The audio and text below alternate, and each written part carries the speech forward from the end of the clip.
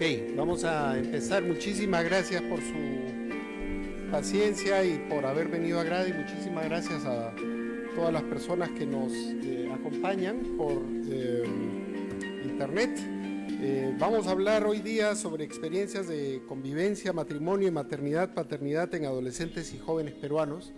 Mi nombre es Santiago Cueto, yo trabajo en Grade y tengo el lujo casi oriental, digamos, diría mi madre, de trabajar desde hace unos 14 años en este estudio tan interesante en el cual seguimos las vidas de alrededor de 3.000 niños, algunos desde que tienen 8 años y otros desde que tienen 1 año. En el año 2002 hemos completado 5 rondas de encuestas de hogares, pero también estudios en las escuelas y finalmente estudios cualitativos.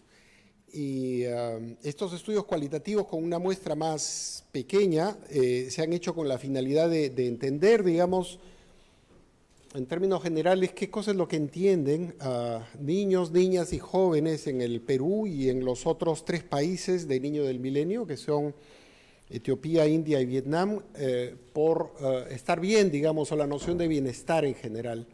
Y uno de los aspectos, por supuesto, vinculado a bienestar es la maternidad y la paternidad. Como ustedes sabrán, este es un tema de mucha importancia en políticas públicas en el Perú porque si bien hemos mejorado en muchos indicadores, uno de los, digamos, más resistentes es el embarazo adolescente no deseado. Si bien hay algunos estudios sobre el tema, creo que no hay ninguno, después Vanessa me corregirá, que incorporen la visión de los varones también en estas perspectivas, y esto es lo que ella ha querido hacer. Entonces, como un, digamos, subestudio dentro de Niños del Milenio, la Agencia de Cooperación Canadiense, IDRC por sus siglas en inglés, nos permitió hacer un estudio que entrara en profundidad en estos temas, y lo hicimos en 3 de los países de Niños del Milenio: India, Etiopía y Perú, y el cuarto fue Zambia, que invitado, digamos, para este estudio, y de esto de lo que vamos a hablar hoy, pero como propaganda en el buen sentido, yo quería invitarlos a todos a que visiten, por supuesto, la página web de Niños del Milenio, que tiene los instrumentos y las bases de datos, los que están interesados más en la parte de investigación, pero también muchas de las publicaciones que se encuentran disponibles libremente en nuestras páginas web. Y el tema de género es un tema que nos interesaba tratar en particular, y como les digo, desde una perspectiva tanto masculina como femenina, o digamos hombres y mujeres, en este estudio, que es lo que van a escuchar ahora. Grade tiene una vinculación de larga data con la cooperación canadiense. El Perú, digamos, en general tiene una cooperación de larga data con la cooperación canadiense, a la cual estamos muy agradecidos porque ha aparecido en momentos claves para ayudar, digamos, al país a entender un poco mejor qué cosa es lo que está ocurriendo, o a apoyar proyectos en diferentes campos. Y uno de los temas que le ha interesado es, por supuesto, género. Entonces, yo por esto tengo muchísimo gusto en presentarles a Brigitte. Solo voy a decir su nombre porque Brigitte después va a decir su apellido, no hablo francés, lo siento. Brigitte es la directora adjunta para Perú y Bolivia y consejera en desarrollo de la Embajada de Canadá en el Perú. Ella es actualmente la jefa de operaciones y subdirectora del programa Asistencia para el Desarrollo de Canadá en Perú y Bolivia. Ha trabajado además en la Agencia Canadiense para el Desarrollo, ACDI, y en la Global Affairs Canada en diversos programas como el Programa de Desarrollo en Colombia, Interamericano, y el Programa de Canadá con UNUSIDA y la OMS. Ha trabajado también en el Public Health Agency de Canadá, la Agencia de Salud Pública, Heritage Canada, Elections Canada y el programa laboral de HRSDC, y me contaba hace unos minutos que está hace 1 año y medio con nosotros, pero mejor aún se va a quedar 1 año y medio más. Entonces le damos la bienvenida y a través de ella el agradecimiento a la cooperación canadiense.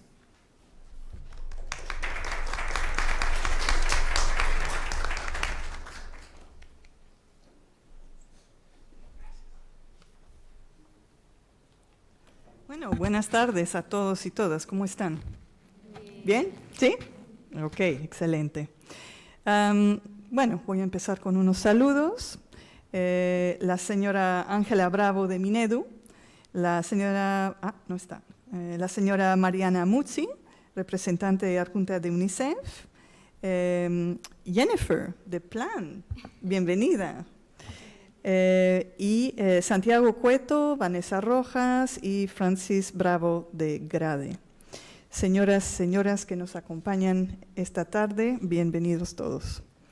Es un gusto estar en el auditorio de GRADE, antiguo socio y amigo de Canadá, con quien el IDRC tiene décadas de trabajo conjunto y que fue la institución responsable de ejecutar un importante proyecto de mejora de la gestión del sistema educativo peruano entre 2013 y 2018.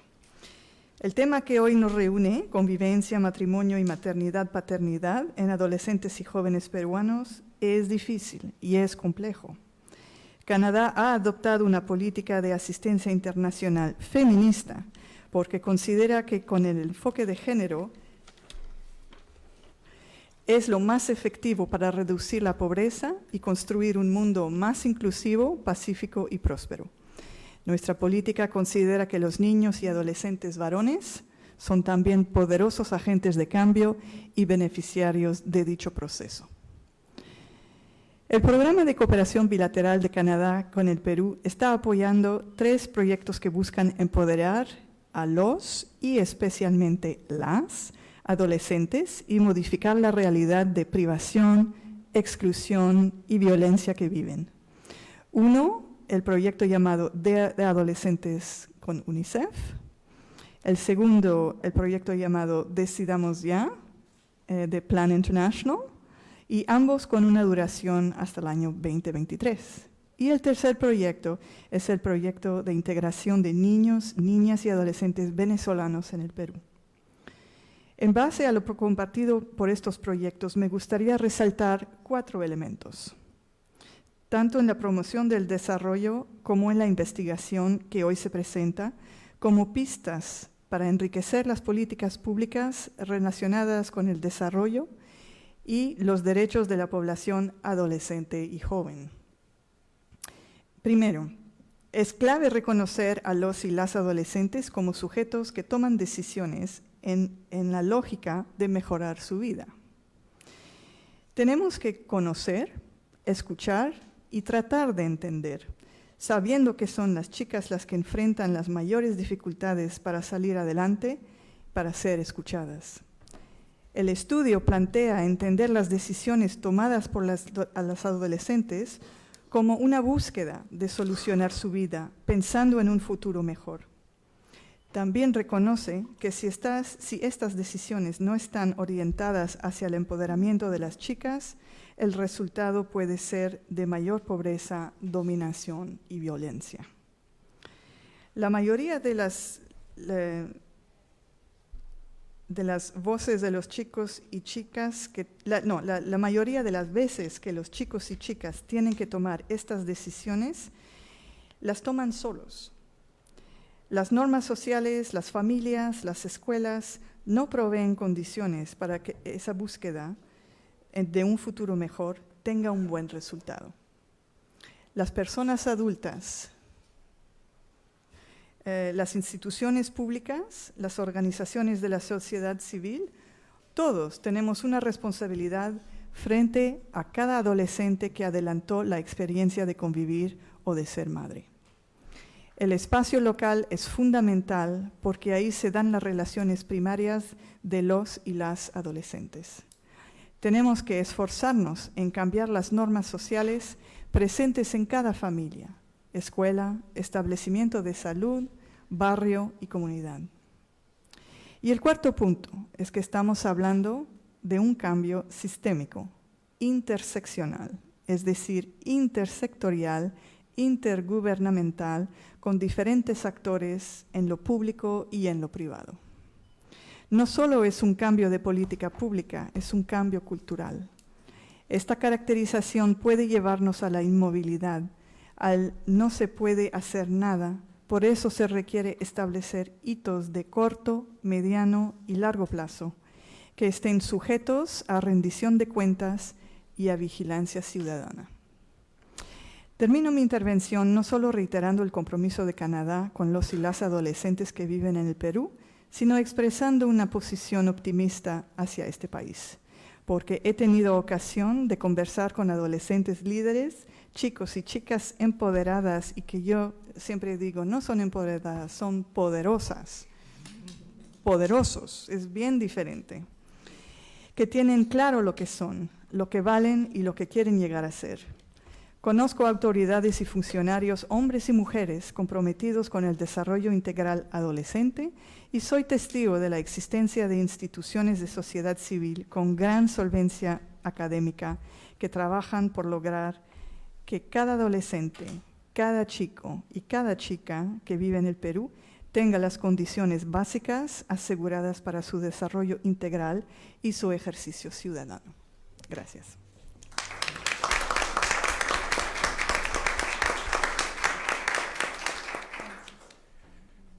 Muchísimas gracias, Brigitte. Yo creo que sirve muy bien lo que has dicho para plantear el tema y, por supuesto, hay que repetir con mucha firmeza en el Perú el concepto de igualdad de género, a pesar de las voces que se opongan.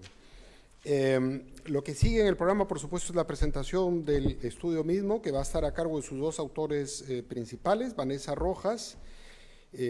Vanessa es antropóloga con una maestría en ciencias políticas, está haciendo actualmente un doctorado en la Universidad de Barcelona, que estará listo pronto, porque, en fin, hay razones de peso, ahorita les cuento. Y Francis Bravo es también antropólogo de la Universidad Católica y trabaja con nosotros ya hace un tiempo y tenemos mucho gusto, por supuesto, de tenerlo aquí. Tiene un diploma en estudios y políticas de juventud en América Latina de la Facultad Latinoamericana de Ciencias Sociales en Argentina. Yo me voy a mover allá porque les decía, hay dos, tanto Vanessa como Mariana, quien voy a presentar después, han coincidido casi en las fechas que van a dar a luz a inicios del 2020, entonces yo creo que de allá podemos ver todo muy bien.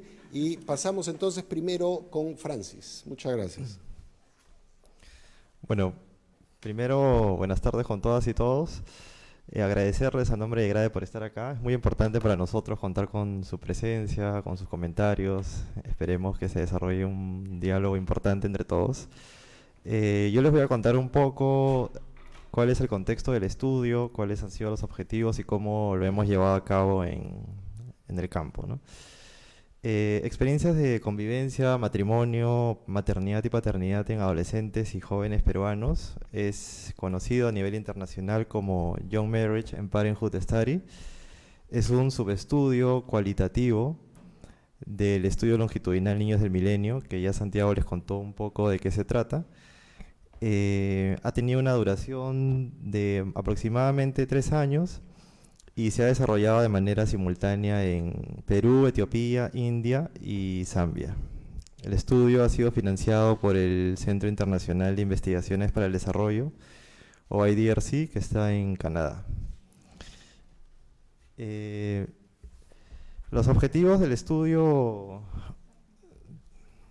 a nivel general han sido recoger las experiencias de los y las adolescentes y jóvenes de niños del milenio que se han convertido en padres, madres, se casaron o iniciaron una convivencia, comprender cuáles han sido las motivaciones justamente para estas transiciones y cuáles son las implicancias de esto en la vida, en sus vidas, ¿no?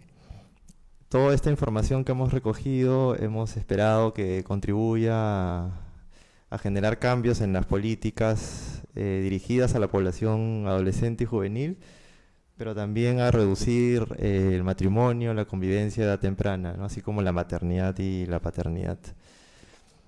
Nosotros nos hemos apoyado en un marco teórico y conceptual que utiliza las perspectivas socioecológica y de curso de vida. Centrarnos en el curso de vida ha sido muy importante para el estudio porque nos permite ver cuáles han sido las trayectorias de estos jóvenes y cuáles han sido las transiciones más importantes a lo largo en cada etapa de sus vidas, ¿no? Tomando en cuenta cómo los factores individuales, estructurales también interactúan para justamente dar forma a distintos momentos críticos en sus vidas, ¿no? Nos hemos concentrado en recoger experiencias de estos jóvenes durante su adolescencia en relación a la convivencia, el matrimonio y la maternidad y la paternidad temprana. Nosotros hemos trabajado con una submuestra del estudio longitudinal Niños del Milenio. Eran jóvenes y adolescentes que tenían entre 16 y 25 años, pero nosotros hemos recogido sus experiencias que han sucedido cuando tenían entre 14 y 21 años, ¿no? Entonces, este marco teórico y conceptual nos permite también ver cómo estas transiciones han tenido o están teniendo influencia en diferentes aspectos de su vida, como por ejemplo educación, trayectoria laboral, en su propio bienestar también. Siguiente. Como les comentaba, el estudio lo desarrollamos con 34 adolescentes y jóvenes de la muestra general de Niñas del Milenio. Es una submuestra. Nosotros, cuando vimos el estado civil de los jóvenes de esta muestra, encontramos que 25 de ellos convivían, 2 estaban casadas, 2 eran padres y madres solteros, o sea, nunca habían convivido, y 5 se encontraban separadas al momento del recojo de la información. Precisamente para seguir este enfoque socioecológico y de curso de vida, nosotros aplicamos entrevistas en profundidad con ellos, pero también con sus parejas, ¿no? En la medida de lo posible tratamos de entrevistar a las parejas de estos jóvenes, adolescentes, y para tener una idea del contexto y cómo las normas sociales también influían o han influido en las trayectorias de estos jóvenes, aplicamos grupos focales con madres jóvenes, madres adultas, autoridades locales y estudiantes, tanto hombres como mujeres, de los últimos años de la educación básica.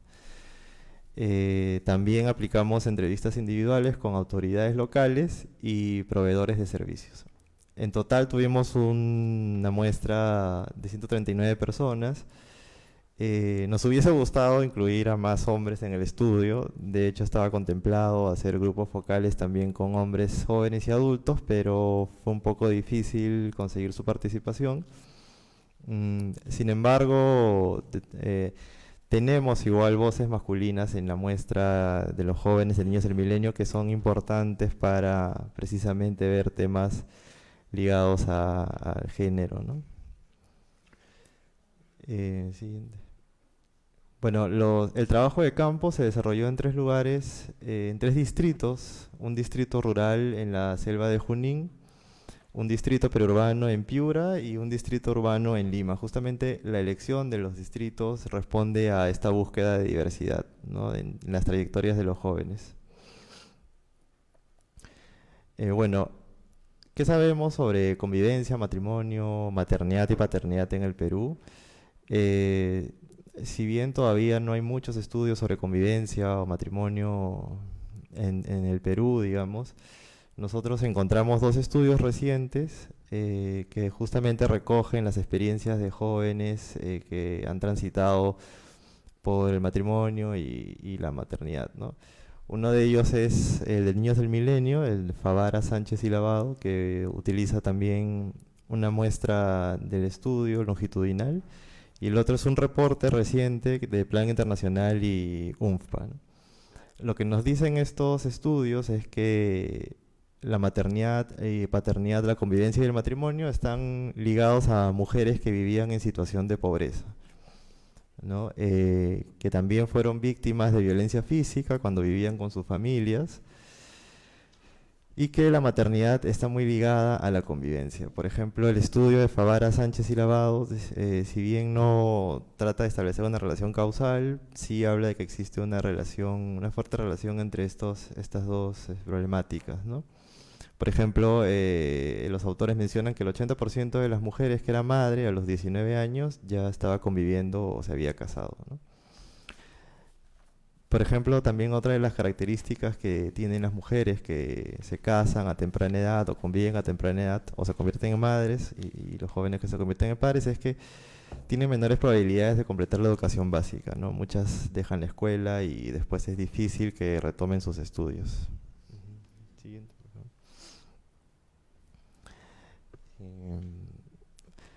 Otra de las características de estas jóvenes es que tienen más probabilidad de ser víctimas de violencia de género, las mujeres, y tener más hijos, ¿no?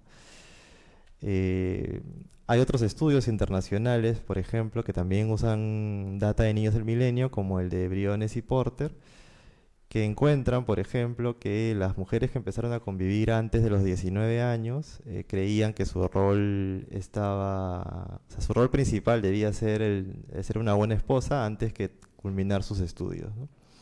Y en cuanto a su capacidad de agencia, a pesar de que estas mujeres podían tomar decisiones diarias ligadas a cuestiones de presupuesto, por ejemplo, manejo del presupuesto en el hogar, parecían tener menos capacidad de agencia sobre sus vidas en general, ¿no? Siempre estaban dependiendo de las decisiones que tomaran sus parejas y tenían menor capacidad de poder decidir ellas sobre sus vidas, ¿no? Bueno, ahora les dejo con Vanessa, que les va a contar un poco sobre los resultados del estudio. Gracias, Francis, por la primera parte que da un poco el contexto y que también nos cuenta algo que ya hemos mencionado, ¿no? Sí hay estudios en relación a experiencias de matrimonio, uniones tempranas en la región y en otras partes del mundo, pero también quisiera empezar los resultados con una cita que me parece relevante, ¿no? Es una cita de la asesora regional de género de UNICEF, de Shelly Abdul, que dice: hay un silencio político, un silencio social que está cambiando poco a poco, pero realmente no es un tema del que se habla, discute y debate en la región, y tampoco se refleja en los debates mundiales. Es casi como si imagináramos que el matrimonio infantil y las uniones tempranas están afectando solo a otras regiones, pero no a las niñas de América Latina y el Caribe. Y esto es justamente, los resultados de este estudio lo que pretenden es abordar, quizás reafirmar algunos de los resultados que acabamos de mencionar, pero desde las voces de los mismos jóvenes y jóvenes que han experimentado estas difíciles transiciones a lo largo de su vida. ¿Qué cosas nosotros hemos encontrado? Primero, algo importante de mencionar es que el matrimonio, la convivencia, que es lo que principalmente ocurre, varía de acuerdo a la zona donde se da, ¿no? Encontramos prácticas más estructuradas, prácticas semiestructuradas y prácticas no estructuradas. ¿A qué me refiero con esto? A que, por ejemplo, en la zona periurbana de Piura, donde trabajamos, el inicio de la práctica de la convivencia está marcada por rituales mucho más estructurados que hacen que, por ejemplo, se dé el robo, ¿no? Que es un acuerdo entre la pareja donde primero se toma la decisión para escaparse, robar a la novia, y luego ya se pasa a un proceso de negociación donde se define cómo y dónde y en qué términos va a ser esa convivencia. Se esperaría un futuro matrimonio, pero no necesariamente sucede. En otras zonas, como en la zona más rural donde trabajamos, que fue en la selva de Junín, no encontramos esta ritualidad o esta estructura tan asociada al inicio de la vida en convivencia. Lo que encontramos es que, como era una zona rural, sí había que pasar por la aprobación de la familia, pero sobre todo por la aprobación del APU de la localidad, que es quien finalmente da la aprobación de esta nueva unidad familiar, ¿no? Los inscribe en el padrón y los forma parte, además les da cuenta de cuáles son sus obligaciones, digamos, ahora como nueva familia, parte de esta comunidad. Y lo que ocurre en Lima es más algo no estructurado, que básicamente pasa por la decisión de los jóvenes en relación a sus familias, ¿no? Que deciden tomar, que deciden empezar la convivencia. Y esta es muy variable, ¿no? No hay algo que, digamos, todos hagan de la misma manera. Muchos deciden convivir y otros deciden no convivir. Lo que hemos encontrado cuando hemos empezado a entender la convivencia entre jóvenes y adolescentes es que el rol de la familia es fundamental. ¿Por qué? Primero, porque en algunas ocasiones promueven el inicio de la convivencia, y en otro, porque las expectativas que hay respecto a lo que se espera para determinadas mujeres es también un factor importante en el inicio de la convivencia. Por ejemplo, acá les muestro 2 citas, ¿no? La primera es de la madre de Clara, una chica de zona rural, todos los nombres son anónimos, o sea, son seudónimos, perdón. Les hemos hecho juntar a la fuerza. Él se ha negado, pero luego aceptó. Ese hijo es mío, dijo, y les hemos hecho juntar a la fuerza. La madre de Clara declara esto y al año siguiente de que los hacen juntar se separan porque enfrenta Clara con su pareja situaciones de violencia bastante fuertes. Ninguno de los dos quería juntarse, pero se juntaron porque era lo que tenía que pasar, porque en este caso se habían enterado que ellos ya tenían una vida sexual activa. Ahora, Clara era 10 años menor que su pareja. La otra cita responde más a las expectativas, ¿no? ¿Por qué no seguiste estudiando?, se le pregunta a una joven que dejó la secundaria. Bueno, mi papá me estaba molestando por el pasaje. Me quité por eso, no seguí estudiando. Me decía que no voy a terminar, que voy a terminar con mi esposo. Por eso dejé de estudiar. Yolanda. Yolanda es una chica que empieza a convivir a los 16 años, pero deja la escuela a los 15. A los pocos meses de haber dejado la escuela por esta expectativa del padre o por digamos, el poco apoyo o soporte que recibía desde su hogar. Entonces, deja la escuela, conoce a su pareja actual y empieza la convivencia después del robo, ¿no?, en la zona periurbana. Entonces, ¿qué nos dicen estas cosas? Nos están hablando a nivel social, yo creo, de un punto importante, que es el ejercicio sexual en la adolescencia parece como algo no aceptable. Una vez que se hace público, a nivel social las familias actúan y dicen algo está mal, algo no debería pasar. Y no es, ahí yo me pregunto cuál es el rol protector que están cumpliendo las familias. Las familias quieren actuar como un rol protector. Los padres, las madres con las que hablamos dicen, no, los tuvimos que juntar, porque si no, ¿quién luego va a ver por este hijo, por esta hija? ¿Quién va a mantener a esta persona? Pero entonces hablamos de que no hay una reflexión o no hay una aceptación de este ejercicio, pero también al mismo tiempo hay una idea del rol de la mujer asociado al espacio doméstico, ¿no? Una vez que ya iniciaste la sexualidad, para empezar, también hay una asociación con la reproducción inmediata y luego el rol exclusivo de la mujer al espacio doméstico, ¿no? Entonces, las familias actúan en un punto en el inicio, pero también luego en mantener la convivencia, porque sirven de mucho soporte para los jóvenes que empiezan a convivir. Entonces, ¿por qué las y los jóvenes, los adolescentes, las chicas empiezan o deciden iniciar la convivencia? De lo que nosotros hemos podido recoger, tenemos 2 grandes puntos, ¿no? El primero, que encontramos con mucha fuerza en los 3 zonas, es que están buscando convivir bajo esta idea de que les va a dar la oportunidad de desarrollar más autonomía, convivir para ser libres, dicen ellas, ¿no? Mujeres buscan salir de ambientes violentos o represivos en los que estaban viviendo antes. Sienten que vivían en un espacio donde no podían tomar decisiones sobre lo que hacían y querían tomar decisiones.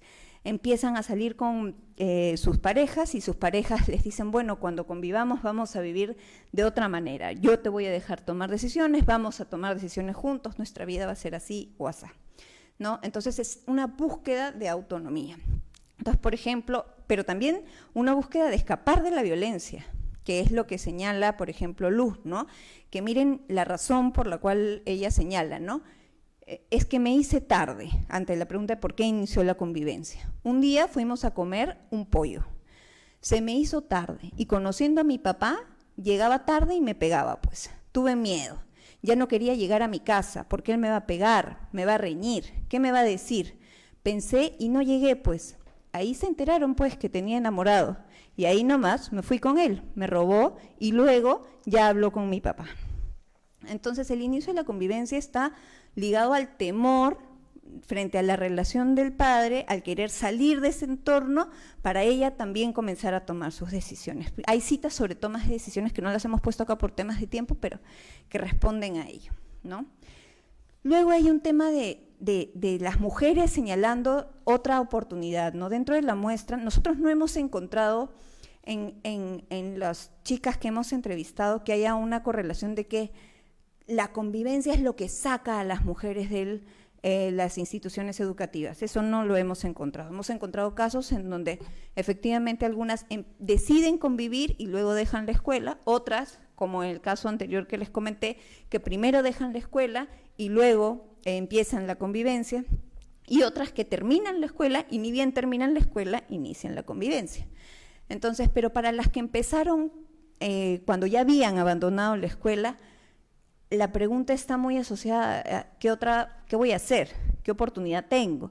Y ahí juegan nuevamente las expectativas familiares con respecto a ellas mismas, pero también hay una búsqueda, sobre todo en zona rural, de convivir para mejorar la situación económica. Digo zona rural porque son en zona rural coincide nuestra muestra con que son las chicas que viven en situaciones socioeconómicas más deprimidas, ¿no?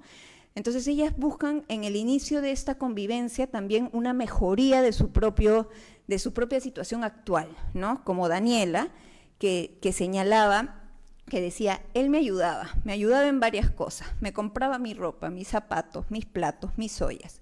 Él ya tenía su platita.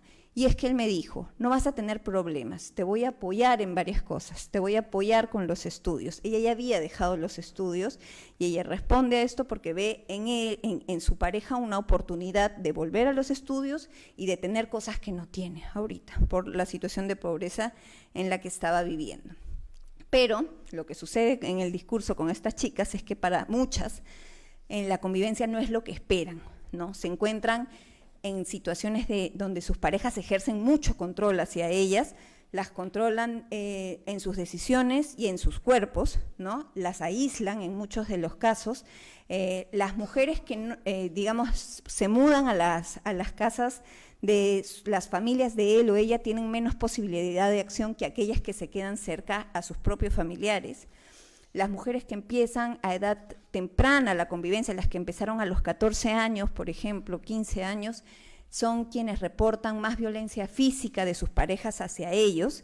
¿Y por qué? Porque está justificado también en el hecho de estás aprendiendo a ser mujer, digamos, estás aprendiendo a desarrollar un rol y para eso la violencia está muy ligada al aprendizaje y se justifica y se tolera, ¿no? ¿Qué otra cosa ven ellas, ¿no? Que como el inicio de la convivencia se da en un contexto en el que no conocen o conocen nada, muy poco, de métodos anticonceptivos, la maternidad se da casi de manera instantánea, si es que ya no estaba embarazada al momento de empezarla. Entonces, sus roles de cuidado y crianza es lo que ellas tienen que hacer, ¿no? O sea, sienten que no hay otra posibilidad más que dedicarse a la crianza de los bebés. Y una cosa es que, si bien es cierto lo que descubrimos cuando conversábamos, porque no solo conversábamos con chicas que habían experimentado esto, sino con mujeres adultas y con las madres de algunas de estas, encontrábamos que efectivamente hay esta sensación de que las cosas para las mujeres a lo largo del tiempo han mejorado. No todo está igual, no todo es lo mismo que hace 10, 20 años, ¿no? Sienten que las chicas tienen ahora un poco más de libertades. Pero, como por ejemplo, ¿no? Las mamás señalan, ¿no? Yo antes ni siquiera llegaba a secundaria, ni siquiera iba al colegio, ¿no? Ahora estas chicas sí van al colegio, y cuando van al colegio tienen amigos, algunas tienen celular, ¿no? Sobre todo periurbana y urbana, ¿no? Usan las redes sociales, eso hasta se ve como una amenaza. Pero a pesar de estas ganancias, lo que se percibe es que no se puede escapar de la dinámica de control hacia ellas, ¿no? Y ahí hay una cita clarísima que es esta de Yolanda, que ella señala, ¿no? A veces yo quiero salir sola o con mi hija, ¿no? Pero él no me deja. Cuando yo digo, me voy por ahí a salir, no, me dice. Pero ¿te da algún motivo? No, me dice nomás, no sales, salimos los dos. ¿Y tú estás de acuerdo con eso? Con eso no. Una vez me dijo que mis shorts eran muy cortos, que se supone que no debo usarlos porque estoy con él. Es por eso que casi no me los pongo. Si no vivieras con él, ¿te vestirías así? Sí. Yolanda empezó a los 17 años, ¿16? ¿17 años? 17 años a convivir. Los varones, los pocos con los que pudimos hablar, nos hubiera encantado tener más, pero por más que prácticamente rogamos por sus testimonios, no accedieron a ellos, pero los pocos con los que pudimos hablar tienen otras motivaciones o declaran otras motivaciones para empezar la convivencia. Para empezar, que no empiezan tan jóvenes como las chicas. Las chicas empiezan desde los 14. Los chicos más jóvenes que tenemos que han empezado a convivir a los 18, 19 años, justo en la transición hacia la vida adulta. Y lo que hablan todos, al menos los que pudieron hablar con nosotros, o los que señalan es, me sentí presionado a responder ante la familia porque o ya la había embarazado o supieron que teníamos relaciones sexuales, ¿no? Entonces, hay un tema ahí de estos jóvenes que simplemente empiezan por una suerte de presión social, pero también hay un tema de no sentirse preparados, ¿no? De estar empezando porque sí, ¿no? Entonces ahí, por ejemplo, dice, ¿te sentiste en algún momento presionado para vivir con ella? Sí, por parte de su papá. Es que sus papás de ella tenían vergüenza de qué dirá la gente, que ha estado con él aquí, que se la ha llevado a su casa, vuelta a dejarla, por eso mejor ya. Entonces, así sinceramente, ¿tú querías convivir con ella? Sí, pero más adelante, querías seguir conociéndola más. Se conocían muy poco cuando empezaron la convivencia, de hecho. Y cuando empiezan su convivencia, la experiencia que ellos tienen respecto a la convivencia no es tampoco algo fácil para estos jóvenes. Sienten que hay un peso detrás de ellos de exigencia sobre su rol masculino, muy ligado al tema de fuerza, dureza y rendimiento. Sienten que tienen que trabajar muchísimo para mantener a su familia, porque los roles son así. Él es el proveedor y su esposa es la que se tiene que quedar en casa, ¿no? César lo que dice prácticamente acá es que el trabajo a él ya lo cansa mucho, nunca pensó que iba a ser así, ¿no? Que la vida en convivencia iba a exigirle tanto. Entonces, ¿qué cosas tenemos ya lo que piensan las chicas, lo que piensan los chicos, las familias, pero cómo está el entorno social alrededor de ellos? ¿Qué hay alrededor de ellos? Todas las mujeres con las que pudimos hablar señalan que les hubiera encantado continuar con sus estudios básicos superior si es que no hubieran empezado a convivir. Sus expectativas siguen siendo altas, muchas quieren volver, pero ¿pueden volver? Se preguntan, ¿no? O sea, ¿pueden volver si es que me pienso como mujer ligada a mi rol todo el tiempo de esposa, conviviente y madres cuidadoras? Muchas no tienen las redes de soporte, sus familias no están cercanas a ellas que las pueden ayudar y tampoco hay alrededor redes que las permitan hacerlo y bueno, además están en una relación donde su pareja toma la mayoría de las decisiones y probablemente el trabajo no es algo que sus parejas avalen porque genera celos, peleas, discusiones, ¿no? Cuando las chicas trabajan, ¿tienen con quién dejar a sus hijos? Todos dicen con sus abuelos. Y una dice que yo creo que debería haber más que una más, porque hay muchas que quieren trabajar, pero no hay quien cuida a los hijos, dice otra persona, ¿no? Otra cosa es el acceder a educación y trabajo, también está limitado por normas sociales de género, ¿no? O sea, hay una suerte de sanción también de las mujeres que son madres, que ya empezaron la convivencia, que son jóvenes y empiezan a trabajar, ¿no? No hay un soporte que les diga, sí, deben trabajar para contribuir a sus familias, no, sino es, quédate porque tienes que encargarte del cuidado de tus hijos, quédate porque si no, ¿quién va a ver por tus hijos? ¿Quién los va a atender? ¿Quién los va a cuidar? ¿No? Y el tema de la economía de cuidado nuevamente, ¿no? Las embarazadas a edad temprana son la población más estigmatizada en general, ¿no? A nivel comunitario, ¿no? Una mujer embarazada en la adolescencia es una mujer embarazada percibida como alguien que ya se arruinó la vida.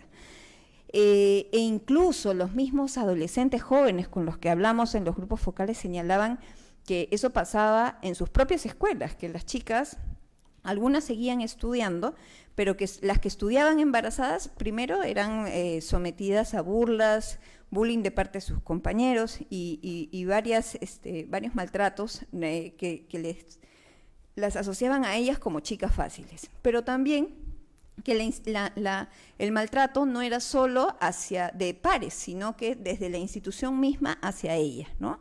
Como la cita que está acá. Si sales embarazada, tú vas acá a la asistenta social y dices, mira, estoy embarazada, quiero seguir estudiando. Y lo primero que te dicen es, mira, puedes hacer este documento, puedes retirarte del colegio, ¿no? Entonces ellos sienten que es como, ya, no hay nada más que hacer, se acabó. Entonces, para ya terminar con las principales conclusiones y recomendaciones, ¿qué tenemos, no? Diferencias entre las razones que motivan el embarazo, la convivencia a las mujeres y a los hombres, que tanto los adolescentes como jóvenes, también de 19, 20 años, están empezando la convivencia y transitando hacia la vida adulta con escaso o muy poco conocimiento sobre salud sexual reproductiva. Que las relaciones de pareja que se vienen dando están marcadas por relaciones inequitativas de poder. Que las mujeres que empezaron a convivir a edad temprana son las más vulnerables ante violencia. Y entonces, pero esto hay que entenderlo en su totalidad, ¿no? Las experiencias, lo que nos están diciendo es que hay múltiples factores para entender la convivencia a edad temprana, la pobreza, las expectativas de los padres, el abandono escolar, pero sobre todo, lo que hacía énfasis al inicio Brigitte, las normas sociales y de género, ¿no? Las mujeres que fueron parte de este estudio, como yo les comentaba, ellas creían que si no hubieran empezado a convivir, hubieran continuado con sus estudios y nunca hubieran empezado a convivir tan jóvenes. Lo que a mí, o lo que nos preguntábamos cuando hacíamos este estudio es, de haber continuado con sus estudios, de haber seguido con sus estudios, ¿estas jóvenes tendrían la voz que necesitan para establecer relaciones de pareja más saludables o más control sobre sus propias vidas? ¿Tendrían eso en su propio background? Entonces, estos testimonios lo que hacen es obligarnos a ver las desigualdades, las inequidades y a pensar que una sociedad que tolera las desigualdades es una sociedad que tolera la violencia, y una sociedad que tolera la violencia hacia la mujer, ¿no? Entonces, si no las vemos, si no las hacemos explícitas, entonces es muy difícil trabajar este tema. Es necesario, yo creo, pensar más allá de las leyes y políticas que prohíben la convivencia a menores de edad. No digo que no me parezcan importantes, me parecen fundamentales y sí, pueden ayudar a la reducción, pero no creo que sea lo único, en tanto el peso de la norma social y de género es tan alto, en tanto la tolerancia hacia la violencia es tan alta. La educación para mí, y que no solo le compete al Ministerio de Educación, es como lo más importante, ¿no? ¿Para qué? Para que las mujeres y las niñas reconozcan que pueden participar de una relación saludable, donde puedan reconocer que la convivencia no es lo único que les espera en esta vida, que pueden cambiarla, y donde los hombres pueden comprender a partir de la educación y comenzar a cuestionar el poder y los privilegios que tienen como hombres, ¿no? Entonces, las conclusiones o las recomendaciones son pequeñas, pero que en verdad obligan a pensar siempre en el género, en la reproducción de estos roles tradicionales y cuestionarlos, ¿no? Hay que implementar la educación sexual integral con enfoque de género en todos los niveles de educación básica, capacitar al personal docente y administrativo en el nuevo enfoque de género, difundir más y mejor los servicios de salud diferenciados, así como los servicios específicos para brindar información sobre salud sexual y reproductiva a los y las adolescentes, porque hay, pero no están llegando como deben llegar y muchos no saben siquiera que existen. Se requieren diversas redes de cuidado para niños y niñas de distintas edades. Nosotros tenemos ya población adolescente que está pasando por esta transición, aunque no lo queramos. No podemos decir que no existen y negarnos ante esto que sucede en la vida de estos y estas jóvenes adolescentes. Estas personas necesitan apoyo para poder continuar con su trayectoria de vida también. Entonces hay que promover a nivel local y comunitario un enfoque de igualdad de género y de nuevas masculinidades. Y eso sería todo por ahora. Gracias, se trató de resumir, el informe lo tiene cada uno, pueden leerlo con más detalle, con más calma, y eso por ahora. Gracias.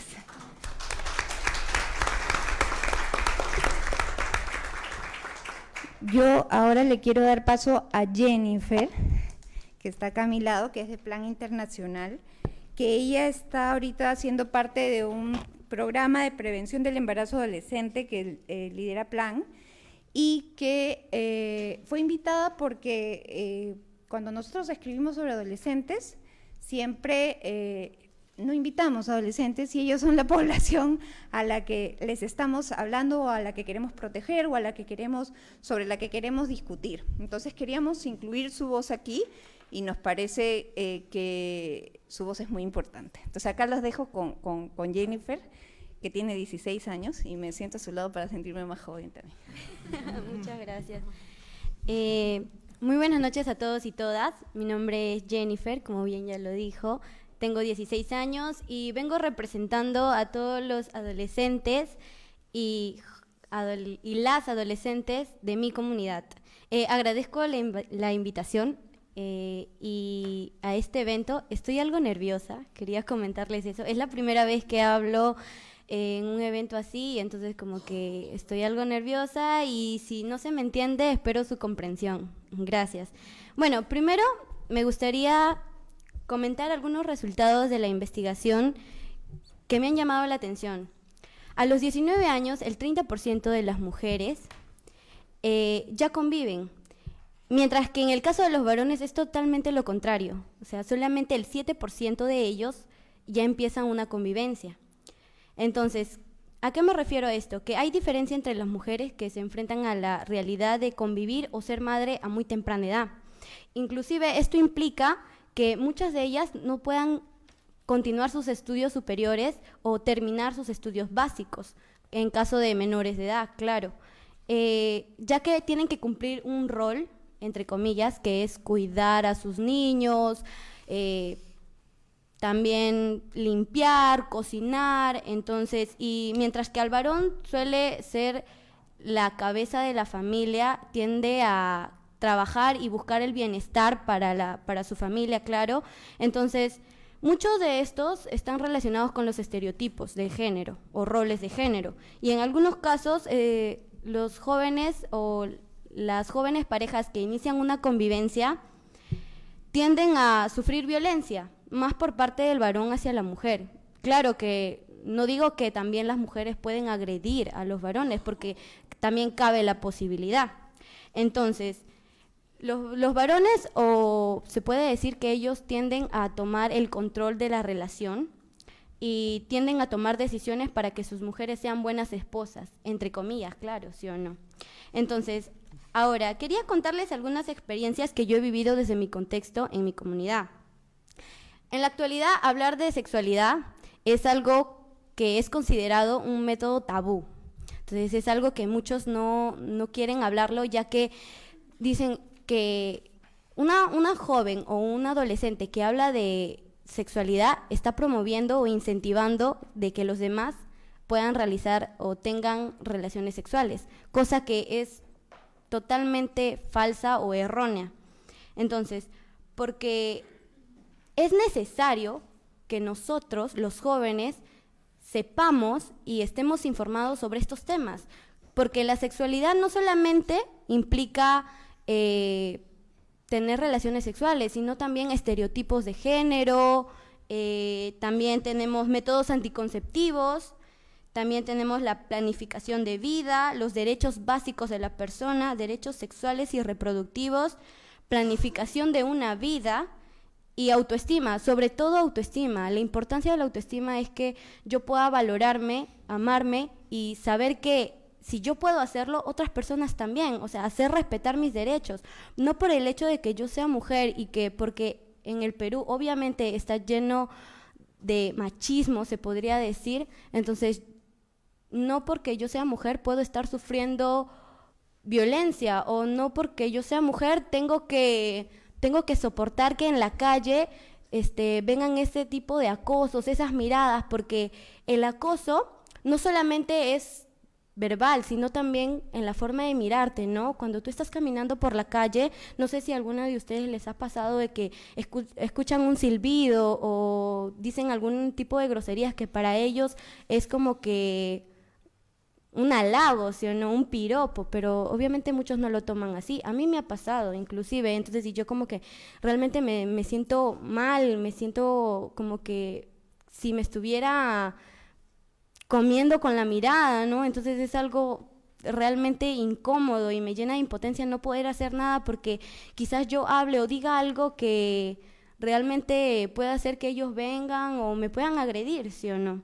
Entonces, también hablar de sexualidad también se relaciona con toma de decisiones, que son las habilidades sociales para la vida. Les voy a contar una anécdota. Cuando una vez se tocó el tema de sexualidad en mi colegio, uno de mis compañeros hizo una pregunta. Entonces, fue sobre métodos anticonceptivos. Y yo lo respondí, claro, porque yo sabía la pregunta, sabía la respuesta. Y entonces, no sé, él hizo un comentario del cual realmente me hizo sentir un poco, bueno, me hizo sentir mal, porque dijo, wow, mucho sabes. Y como que dio a entender de que el hecho de que yo sepa sobre la sexualidad quiere decir que yo ya he iniciado una vida sexual. Entonces, cosa que es totalmente, que no viene al caso, porque yo le respondí y le dije, no, yo he sido capacitada y he recibido información, por eso yo estoy hablando sobre este tema. Entonces, y él como que se quedó como que sin decir nada y se quedó asombrado, ¿no? También suele pasar mucho en zonas rural, ay, disculpen, son los nervios. Ya, un familiar mío tuvo su esposo a los 15 años. Obviamente que es un familiar mío y vive en provincia. Entonces, en provincia tienden a iniciar convivencias a muy temprana edad, ya que para ellos una mujer es criada más para cocinar o atender al esposo, atender a sus hijos. Entonces, ella inició una convivencia a muy temprana edad y casi al año tuvo su bebito.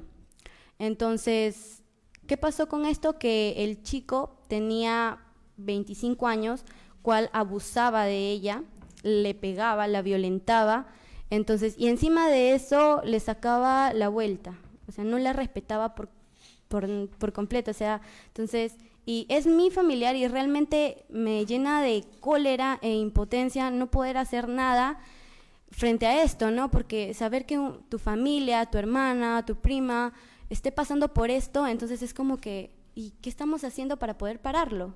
¿Sí o no? ¿Qué estamos haciendo? Ya, bueno. En mi comunidad, el inicio de la vida sexual de una adolescente o adolescente varón es aproximadamente a los 13 años de edad. Entonces, no saber o no tener la educación sexual y reproductiva es realmente algo que nos pone en riesgo. Nos pone en riesgo a nosotros. Es necesario tener acceso a esta educación. Es nuestro derecho, pero la pregunta sería, ¿qué nos limita? Entonces, que nos limitan simplemente de que se habla muy poco sobre estos temas, ya que es considerado realmente algo que no pueden decirlo, no pueden hablarlo. Entonces como que los docentes no están tan capacitados para poder hablarnos sobre estos temas y no tienen forma o no tienen empatía en poder decirnos. También en la familia. En las familias es muy, pero muy poco probable de que hablen sobre estos temas. ¿Por qué? Porque sus padres han sido muy duros y estrictos con ellos, con nuestros padres, claro, ¿sí o no? Entonces, y para hablar sobre este tema es como que no pueden, simplemente porque quizás no lo saben o porque tienen miedo o como que dicen, no, ¿qué va a decir mi hija? ¿Por qué le estoy diciendo esto? Mejor no lo digo. Entonces, además, hace muy poco me acabo de enterar que existen servicios diferenciados para jóvenes en centros de salud con horarios especiales para nosotros. Pero asimismo, como yo no lo sabía, muchos jóvenes no lo saben. Muchos jóvenes no saben esta información importante para ellos. Entonces, y además, cuando vamos a centros de salud, algunos de los personales que están en los centros de salud tienden a juzgarnos, ¿no? Como que decir, wow, tan joven y estás acá, o ¿por qué estás acá? ¿Qué? ¿Ya iniciaste tu vida? ¿O no tienes nada más que hacer? Enfócate en tus estudios. Una persona o un adolescente puede ejercer su vida sexual, pero con responsabilidad. Si decide hacerlo, no es que está mal, es decisión de cada persona, simplemente que tiene que tener responsabilidad en ello, como saber cuáles son sus derechos, también saber los métodos anticonceptivos que existen, ¿no? Entonces, de repente, a mí no me ha tocado vivir una maternidad o una convivencia joven, porque yo he sido capacitada y además también he recibido charlas de plan internacional en el marco del proyecto Prevención de Embarazo de Adolescentes. Entonces, yo, como he recibido este tipo de capacitaciones, también lo han recibido otros compañeros míos, a los cuales se les ha dado el nombre por educadores pares. Ustedes se preguntarán, ¿qué es un educador par? Bueno, un educador par, así como su mismo nombre lo dice, es un adolescente que educa a su par, ¿sí o no? O sea, a su compañero, que le brinda esta información. Ahora, en lo que me ha servido pertenecer a Plan Internacional y a este proyecto que es de educadores pares, yo era una persona muy tímida, demasiado tímida. Hacer amistades para mí era realmente una fobia, porque no tenía temas de conversación, no sabía cómo hablar, no, simplemente como que venían, me saludaban y se iban. Entonces, me ayudó mucho porque gracias a ello yo pude aprender a expresarme, aprendí muchas cosas de las cuales estoy muy agradecida, ya que ahora puedo ayudar a mis compañeros y explicarles de qué trata este proyecto y además cuáles son sus derechos, ¿no?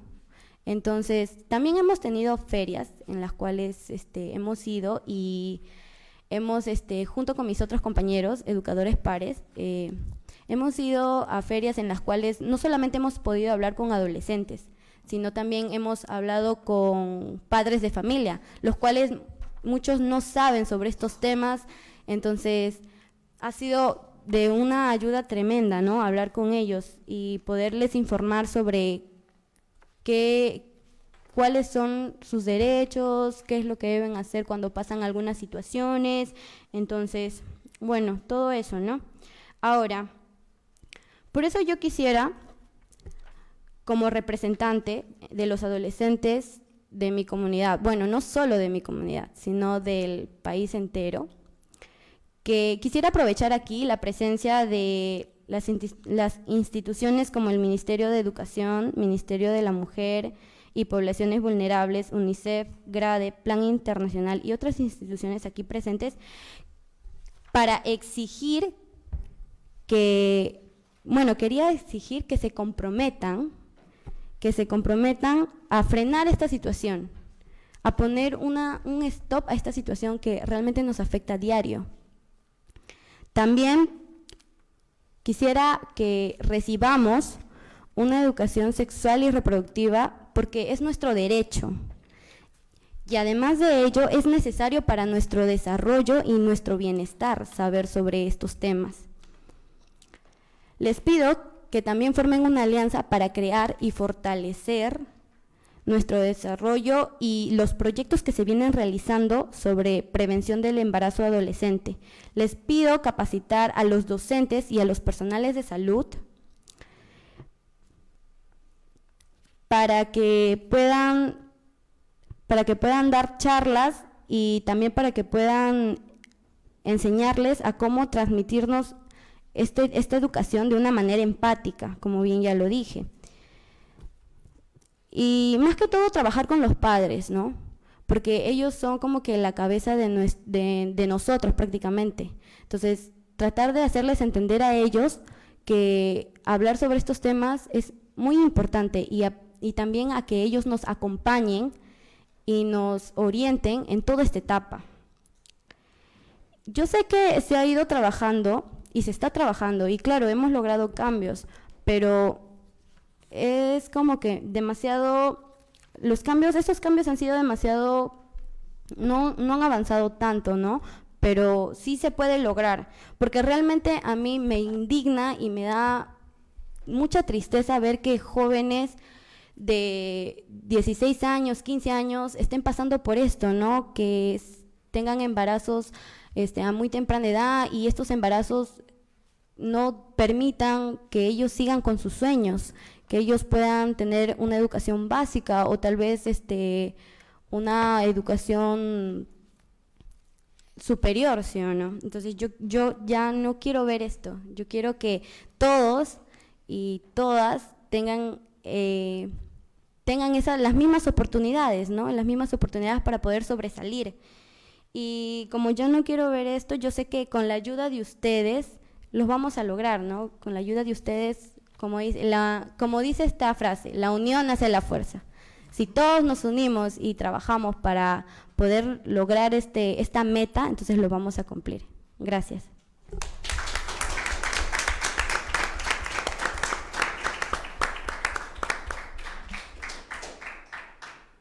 Muchas gracias, Jennifer. Habrá sido la primera, pero estoy seguro que no será la última vez que hables en público en este tipo de eventos. Y muchas gracias a ti y a Plan Internacional por facilitar este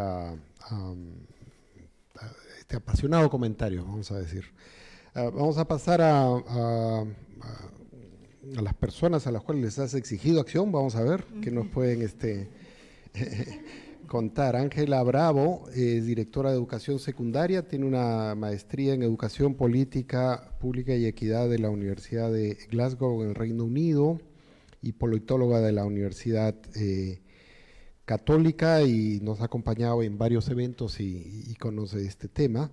María del Carmen Santiago es directora general de Niños, Niñas y Adolescentes del Ministerio de la Mujer y Poblaciones Vulnerables, es abogada y yo siempre considero a María del Carmen un ejemplo de funcionaria pública comprometida y además que tiene ya un tiempo en la oficina y esto le permite un conocimiento y experiencia a favor de los temas que nos convocan hoy día. Y finalmente, Mariana Muzzi es representante adjunta de Perú, es licenciada en Ciencias Políticas y Relaciones Internacionales de la Universidad de Brasilia, con una maestría en Estudios Políticos y Administrativos por el Colegio de Europa. Y ha trabajado, estábamos conversando antes, en 3 de los 4 países de niños del milenio, solo le falta Vietnam, estaba en Etiopía. Y Zambia, ¿no?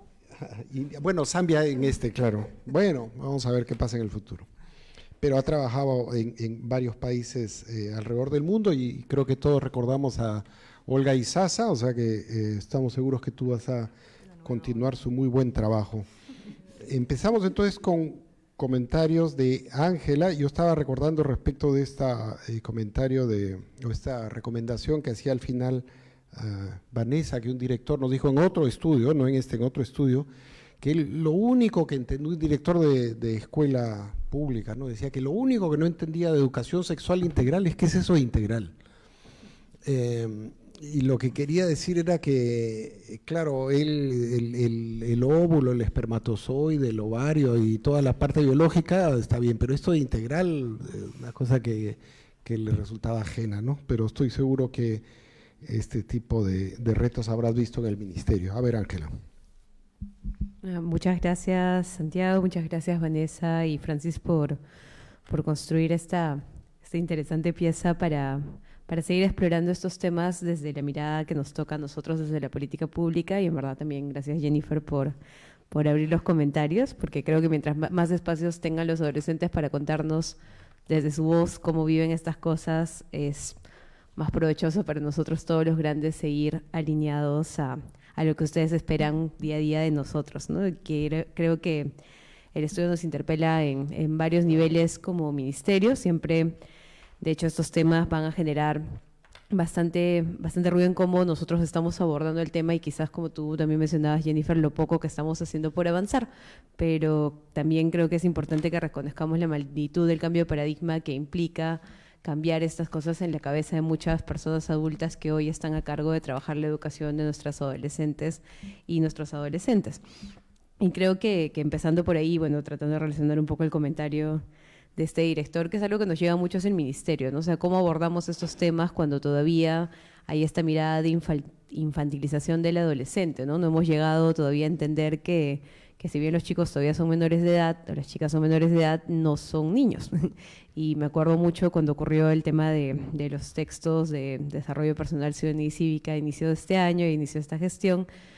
Hablábamos de chicos de tercero de secundaria que tienen 15, 16 años y todo el mundo los llamaba los niños y las niñas, ¿no? Entonces sí creo que tenemos todavía un reto importante de entender y caracterizar a la población adolescente y con ello sus necesidades en todo el ámbito que implica su desarrollo individual y colectivo, ¿no? Y creo que ahí entender el reto gigante que tiene su desarrollo cognitivo y el reto que implica eso para su aprendizaje, el reto del desarrollo de su sexualidad y de su identidad de género, también en un despertar bastante rápido. Todos han sido adolescentes en esta mesa, así que se acordarán lo extraño e incómodo que puede ser a veces esa época de la vida, y también lo poco preparados que están los adultos para contener las preguntas o también la vergüenza que puede generar preguntar algo, ¿no? Y creo que eso también se empata muchísimo con este desconocimiento que tienen los adultos, y no solo los docentes, sino también los papás, en muchos casos, sobre cómo atender a los adolescentes. Creo que en esa línea, bueno, el ministerio está avanzando,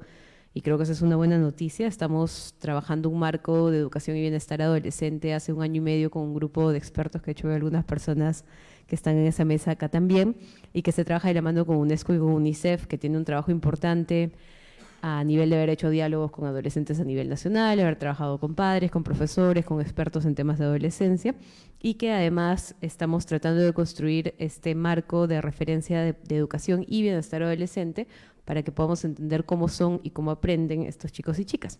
Y también esto nos sirve a nosotros para tener un marco teórico más fuerte y más consolidado sobre adolescencia en el país, que no tenemos, y quizás desde el ministerio nos hemos enfocado muchísimo en el tema de desarrollo infantil temprano y tenemos todo el marco del DIT, y todo el mundo sabe que la infancia es la etapa más importante para el desarrollo del cerebro y de todos estos impulsos, incluso además multisectoriales, para trabajar el tema de desarrollo infantil temprano.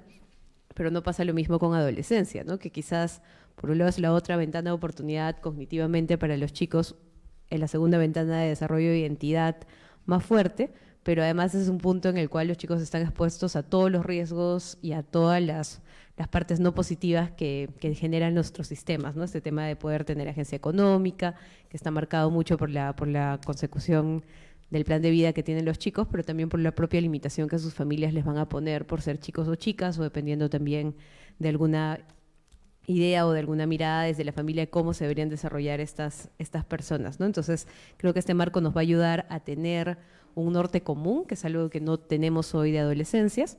Entender además que son varias adolescencias, no es lo mismo ser adolescente aquí en Lima que ser adolescente en la selva, o ser adolescente en una zona rural o una zona urbana. Creo que hay un tema importante de entender las adolescencias en su complejidad, y además esto se va a convertir en una política, ¿no?, que esperamos esté lista para marzo, así que ahí hay un compromiso también para todos los chicos que representas, Jennifer, que justamente nos va a dar un marco de política de educación y bienestar adolescente con una mirada a 10 años, que es parte de la metodología de ese plan, de tener una ruta clara en el tema de educación en adolescencia, ¿no? Y que creo que, de hecho, la línea de bienestar, la línea de participación estudiantil, el tema de poder trabajar el plan de vida y trayectoria con todo lo que implica eso, incluyendo la educación sexual integral, y también este tema de empoderar a los chicos y chicas en su agencia, más allá de lo que pueda estar marcado por su familia, su comunidad o su contexto cercano, es algo que se va a apostar y que además va a tener una ruta de trayectoria, que creo que eso es otra cosa que en el ministerio no ha tenido mucho empuje, ¿no? Hemos dependido mucho de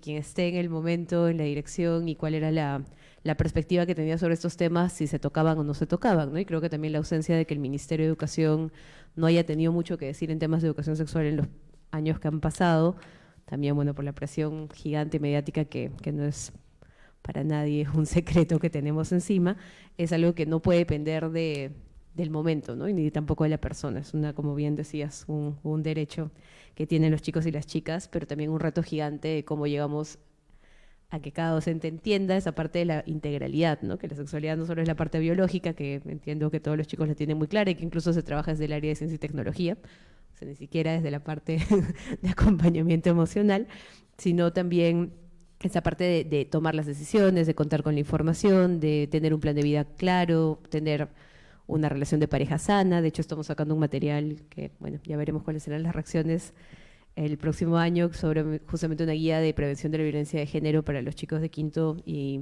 de secundaria y cuarto de secundaria, con este tipo de ideas, ¿no? Empezar a evidenciar la sexualidad en todo lo que implica su integralidad, desde el conocerse, desde el tomar buenas decisiones, y sobre todo, que creo que es lo que más me interpela del estudio que nos han presentado Vanessa y Francis, que todo sea una decisión, ¿no? Que no sea porque me empuja el factor económico, me empuja lo que dicen mis papás, lo que piensan mi comunidad o mi familia, si hago una u otra cosa, sino que en verdad los chicos puedan tener la libertad de decidir aquello que es lo mejor para ellos y para su futuro, y aquello con lo cual se van a sentir contentos, comprendan la dimensión y la magnitud de la decisión que estén tomando, cual sea que sea la decisión, y lo hagan con libertad, ¿no? Y creo que eso es el punto quizás más crítico para nosotros, de cómo vamos a movilizar a estos docentes, a estos padres, y que efectivamente tener un marco como el que estamos proponiendo nos va a ayudar a que este trabajo también sea integrado, ¿no? El MINSA tiene una brigada capacitando hoy a los profesores en temas de educación sexual integral, no tan integral, un poco más hacia el tema más biológico. Estamos coordinando con ellos para que puedan trabajar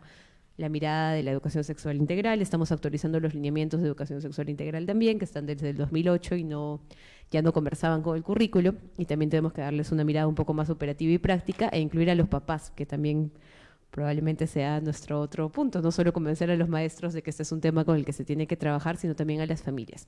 Y creo que ahí es donde tenemos el reto más grande, pero mientras estos temas empiecen a tocar con más naturalidad, también vamos a empezar a romper estos paradigmas sociales que nos dicen que hablar de esto en público no es lo correcto o no es lo adecuado, ¿no? Y que más bien los chicos tienen que enterarse por el internet, por sus pares, o pues quedarse con la pregunta el resto de su vida y tomar decisiones con información parcial. Así que tenemos un trabajo bastante largo, pero bueno, estamos encaminados, y esta es una apuesta importante para nosotros, porque efectivamente la sexualidad y la adolescencia pueden ser una oportunidad súper buena para desarrollarse como personas y aprender de las relaciones de pareja y el enamoramiento, para ir consolidando nuestra identidad hacia la vida, o pueden ser también una fuente de riesgo, una fuente de violencia, o una fuente incluso de mantener el poder económico sobre las mujeres. Así que tenemos un reto gigante para trabajar, y en verdad les agradezco muchísimo por el estudio, pues por la invitación y tenernos aquí para contarles y para escucharnos también.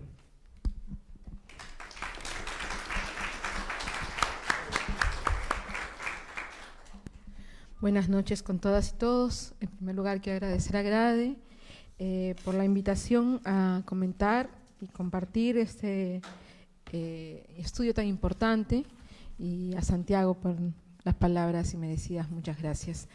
Bien, creo que el estudio es fundamental en estos momentos en los cuales el Perú está diseñando una serie de instrumentos de gestión pública, ¿no? Estamos diseñando las políticas que están orientadas a la atención de la niñez, de la primera infancia, de la adolescencia y las políticas de protección en general. Pero además también se están diseñando instrumentos para la asignación de presupuesto para el cumplimiento de estas políticas, los programas presupuestales, los planes de incentivo y el presupuesto mismo. Por ello es que este estudio nos pone en agenda una problemática que tiene que ver con lo que ya se ha dicho, que es el bienestar de las niñas, niños y adolescentes y la posibilidad de que ellos y ellas logren su desarrollo. Así como decíamos que se está hablando de la política pública de la primera infancia, generalmente también se hace énfasis en el tema del embarazo en adolescentes y no se trata de una manera de integrar las paternidades, ¿no? Entonces, este estudio nos muestra una ida y vuelta de las problemáticas que van influenciando en este desarrollo integral. Y nos dice que la pobreza y la violencia inciden en la maternidad y la paternidad, y esta a su vez provocan uniones precoces. Pero esta unión precoz, por la misma situación en la que se desarrolla y los agentes en los que están involucrados en ella, a su vez reproducen la pobreza y la violencia y las inequidades. Entonces, es un círculo que si no se corta a tiempo, al final reproduce inequidades, ¿no? Por ello es que es importantísimo el abordaje que se le da. Y el abordaje también me gusta mucho porque nos permite reflexionar sobre dos preguntas importantes que tienen que ver con la intervención. La primera, que las adolescentes en sus testimonios diversos han traslapado por qué estoy en esta situación, ¿sí? Porque hay adolescentes que no saben por qué están en la situación, ¿sí? No han tenido ni la más mínima posibilidad de elegir, simplemente me han obligado o tengo que hacerlo, ¿sí? Y muchas de ellas son precisamente porque han sido víctimas incluso de violencia, porque no en estos casos seguro, pero en muchos casos encontramos que detrás de un embarazo, detrás de una unión, muchas veces hay situaciones de violencia que no se denuncian y que precisamente provocan esta unión para evitar la denuncia o tapar esta agresión, ¿no? Y la otra pregunta es, ¿por qué he decidido estar en esta situación? Porque no es lo mismo abordar una situación que la otra, pero sí es importante considerarlas ambas en el abordaje. Otra cosa que me parece súper importante en el estudio, que también lo ha dicho una de las personas que ha trabajado el mismo, la centralidad que se le da al ciclo de vida, porque eso nos permite conocer qué hay antes de esta situación. Generalmente siempre vemos la punta del iceberg y siempre estamos tratando de dar solución para esa problemática que nos golpea día a día, ¿sí? Pero es importantísimo estudiar el antes. ¿Qué ocurrió? Porque ahí podemos encontrar lo que tanto buscamos, que es las alternativas o qué funcionó para que no suceda en otras personas y llegar finalmente a la prevención de estas problemáticas. Y el otro punto es que ha analizado el contexto. Y como todos sabemos, el contexto es fundamental para los comportamientos. Es a partir del contexto, a partir de conocer el contexto en el que se mueven los diversos comportamientos, es que yo puedo dar una atención y una solución a estas problemáticas. Pero no solo ha analizado los factores individuales los factores estructurales que detonan esta problemática, sino que han incorporado también con mucho énfasis y en varias partes los factores protectores. Yo permítame por favor la licencia de leer algo que para mí creo que es trascendental. Y aquí hay una frase del estudio, una parte del estudio de los antecedentes que dice: encontraron que una relación de calidad entre padres e hijas, en la que los padres se sienten orgullosos de sus hijas y ésta a su vez siente que son amadas y tratadas con justicia, constituye un factor protector contra el matrimonio antes de los 16 años, ¿no? Es sumamente importante en una sociedad en que muchas veces va buscando respuestas y algunas alternativas altamente estructuradas, ¿okay? Y entonces creo que es fundamental mirar los factores de éxito. ¿Qué pasa con aquellas adolescentes? Como nos dijo la adolescente que hoy nos acompaña, yo puedo hacer la diferencia porque tengo esto, tengo mayor información, tengo mayor acceso, tengo mayor participación. Y finalmente nos muestra cómo estas situaciones han influido en la vida, en la educación, en las oportunidades y en el bienestar. Entonces, esto creo que nos vuelve a lo inicio de lo que planteaba. ¿Qué detona estas situaciones? Hay patrones de convivencia poco sanos en este hogar. Hay entornos no protectores, violentos.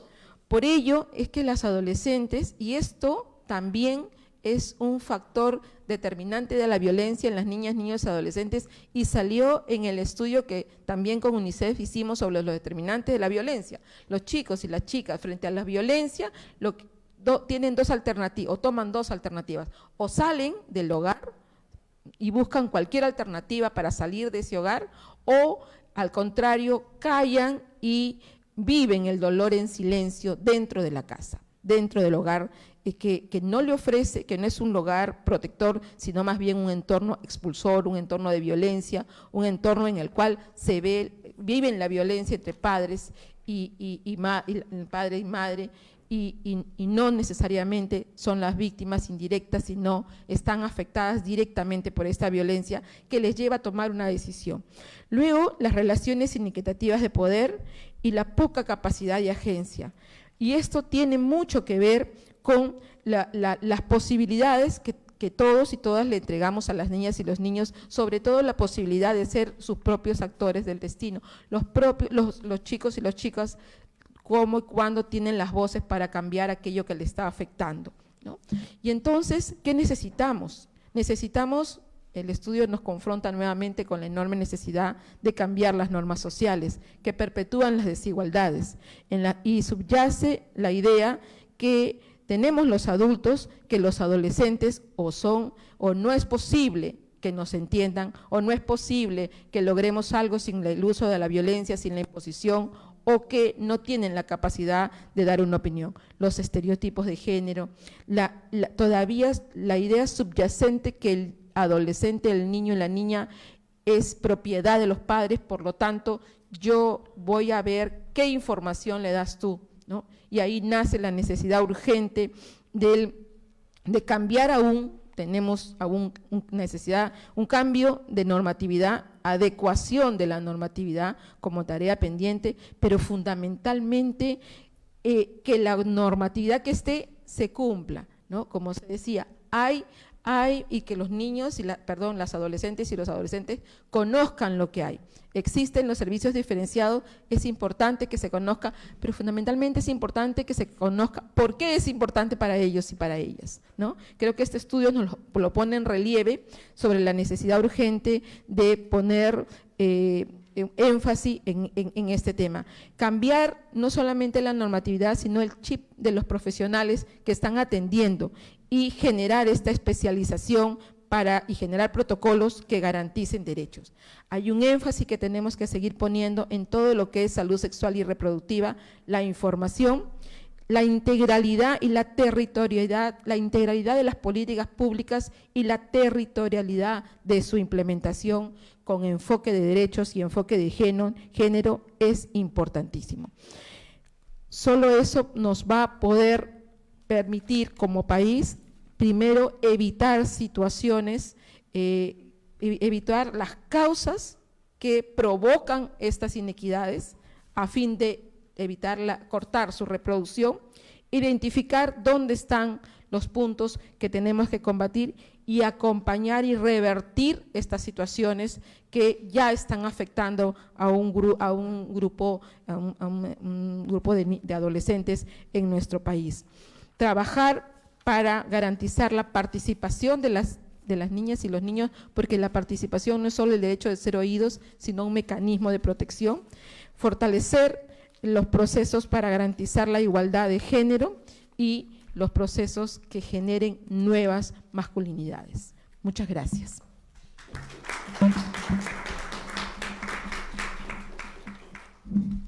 Yo voy a tomar la libertad de hablar de pie. No tengo mucha dificultad de hablar sentada, ya llevo todo el día sentada, estoy embarazada, me otorgo ese derecho.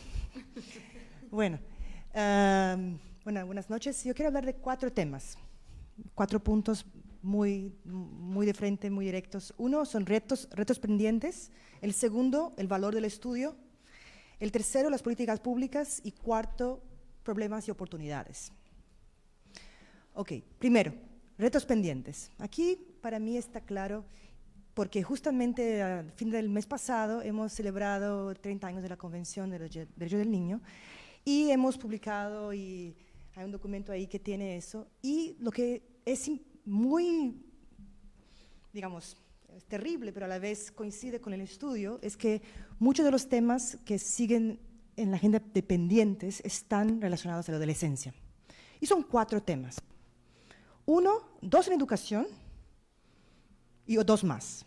Los 2 en educación son claramente la culminación de la secundaria, sobre todo en lo rural. Y el segundo, logros de aprendizaje. Y en los otros 2 temas tenemos la violencia, sea sexual y otros tipos de violencia. Y el cuarto tema es el embarazo. Entonces, esos son los temas. Entonces, los temas de ese estudio son exactamente lo que queda en la agenda pendiente. Lo demás estamos, como Perú, muy bien, y estamos logrando avanzar muy bien. Entonces, esos son los temas y eso es lo que tenemos bastante claro, que coincide con lo que hemos publicado. Y entonces, la celebración de la felicidad de hace 2 semanas, ahora estamos aquí aterrizando en lo difícil. Bueno, segundo punto, valor del estudio. Además de dar testimonios, que me parece muy valioso como antropólogo, o sea, un análisis antropológica, y que puede servir para una buena telenovela también. Un poco triste la telenovela, pero normalmente tiene que tener un final un poco más feliz. Pero han habido como telenovelas, de verdad, insumos para, por ejemplo, en República Dominicana, que hace un trabajo bellísimo con ese tema, han hecho micronovelas que tienen que ver con ese tema.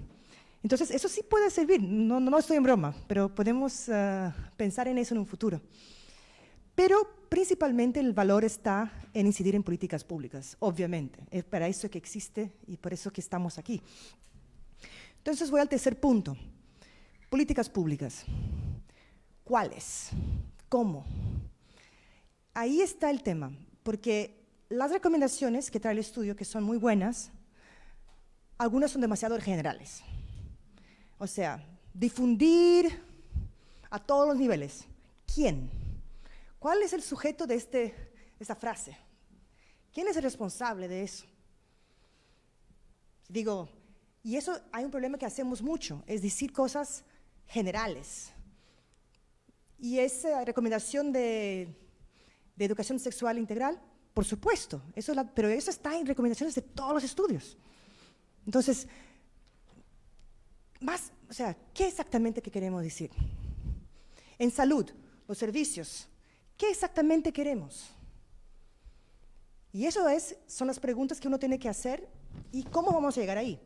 Entonces, yo veo que las políticas públicas, por ejemplo, para que yo no quede en lo mismo y no responda a las preguntas que yo acabo de hacer, yo diría que en el caso de educación, por ejemplo, uno debería ver los ejemplos de cómo prevenir el embarazo, hablando en educación, en salud, viendo los ejemplos de Argentina, Chile, Uruguay, Costa Rica, que han hecho que tienen evidencias de cómo han logrado llegar a la reducción del embarazo adolescente, que no es fácil, pero lo que se ha hecho, los estudios de la evidencia muestran que hay 3 cosas que hay que hacer.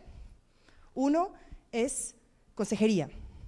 2 es métodos, disponibilidad de métodos. Y 3 es empoderamiento. Entonces, esas son las claves, ya se sabe. ¿Cómo podemos hacer eso en Perú? Esa es la pregunta. Y eso la próxima semana va a haber la norma técnica de salud que está hablando de eso. Entonces, asegurar que esas cosas estén ahí.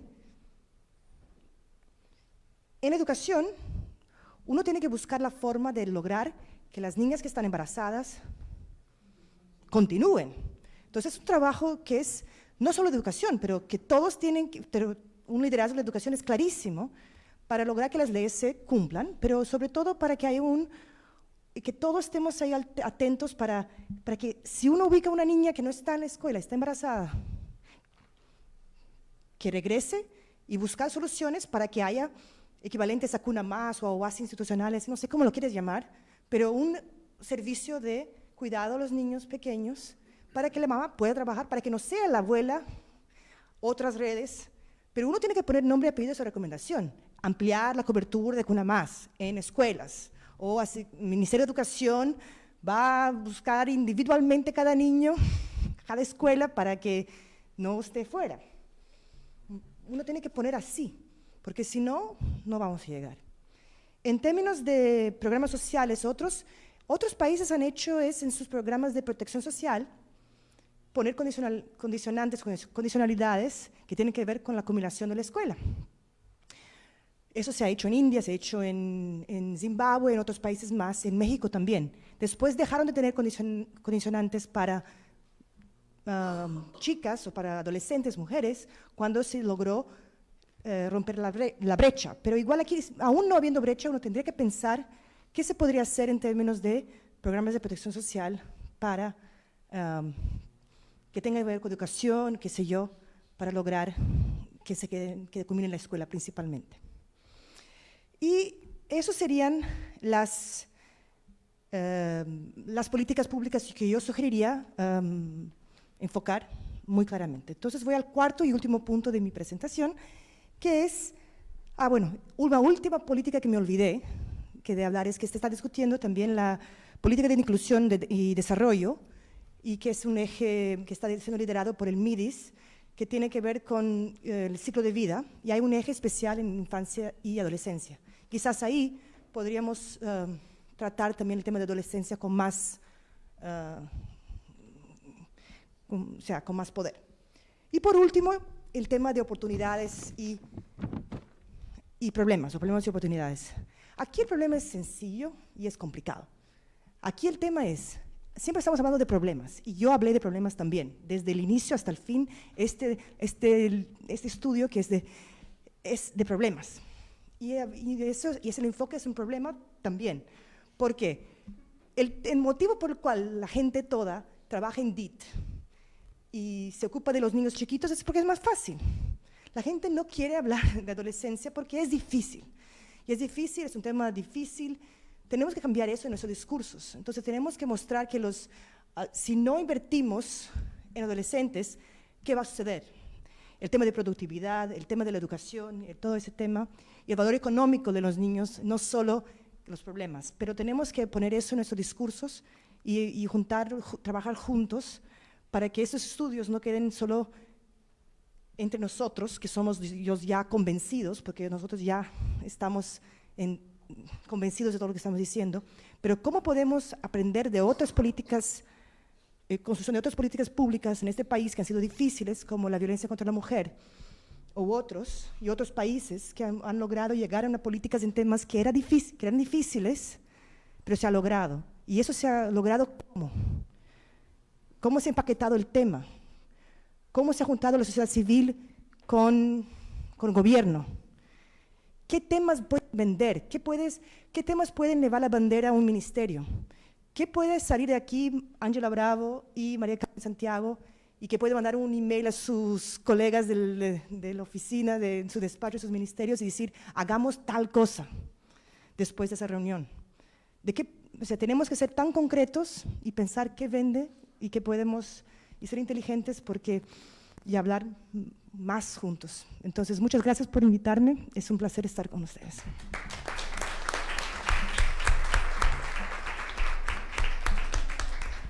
Bueno, nuevamente bienvenida al Perú.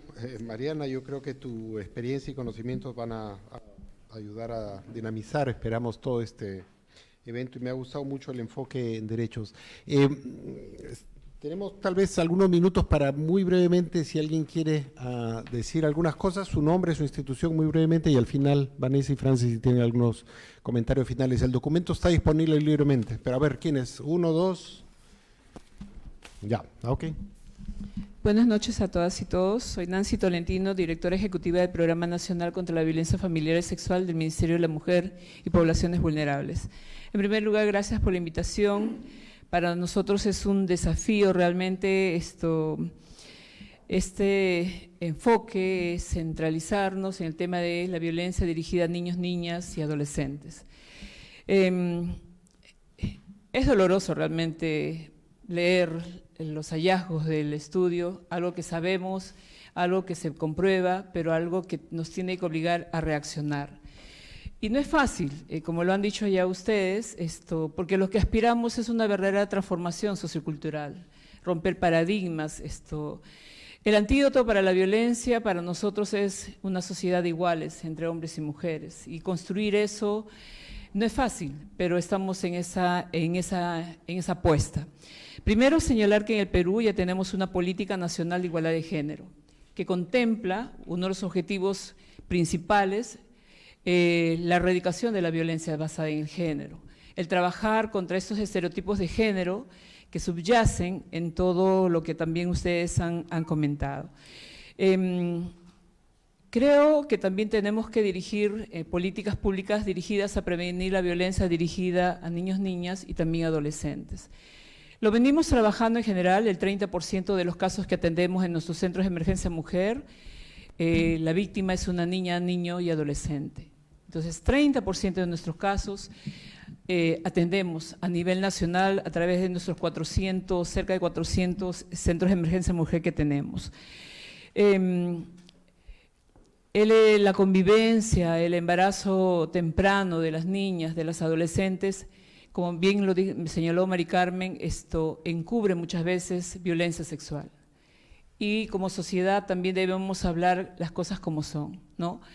El cubrir la deshonra, el qué dirán a través de los padres, forzarlas a la relación, a la convivencia, lo que hacen es seguir naturalizando y justificando la violencia contra las niñas, las adolescentes, que no debemos permitirla. En ese sentido, es necesario que sigamos esforzándonos a poder compartir todas y todos los estudios, las buenas prácticas. Nosotros estamos ahora encaminando nuestras intervenciones a aquello que está basado en evidencia, ¿no? Y por ahí, en este nuevo programa presupuestal orientado a resultados, que hoy por primera vez va a tener el Perú, un programa presupuestal para luchar contra la violencia, en el cual muchos ministerios van a participar, también es un avance en nuestro país, ¿no? En donde también el foco tanto de PCM, del Ministerio de Economía y Finanzas, está en cuanto más temprano, mucho mejor. Entonces eso también es un gran avance. Desde el programa contra la violencia, ¿qué es lo que hemos reconocido que debemos hacer inmediatamente? Tenemos una metodología ya validada para poder estar pronto, sacarlo como un piloto, un programa de intervención psicoterapéutica para hijos e hijas víctimas de violencia. Ustedes mismos lo han mencionado. El principal expulsor de los hogares hacia la calle es la violencia, ¿no? Los niños prefieren vivir en la calle que seguir siendo testigos de violencia. Hemos construido una intervención que en este momento está validada por una universidad, en el cual próximamente lanzaremos un piloto porque creemos que es a donde tenemos que intervenir rápidamente. Me gusta del estudio que podemos ser solidarios. Nuestra campaña del año pasado contra la violencia fue indiferencia, también es violencia. Me gustó ver que muchas niñas que habían convivido tempranamente, podrían continuar con su proyecto de vida solo gracias al apoyo de la familia.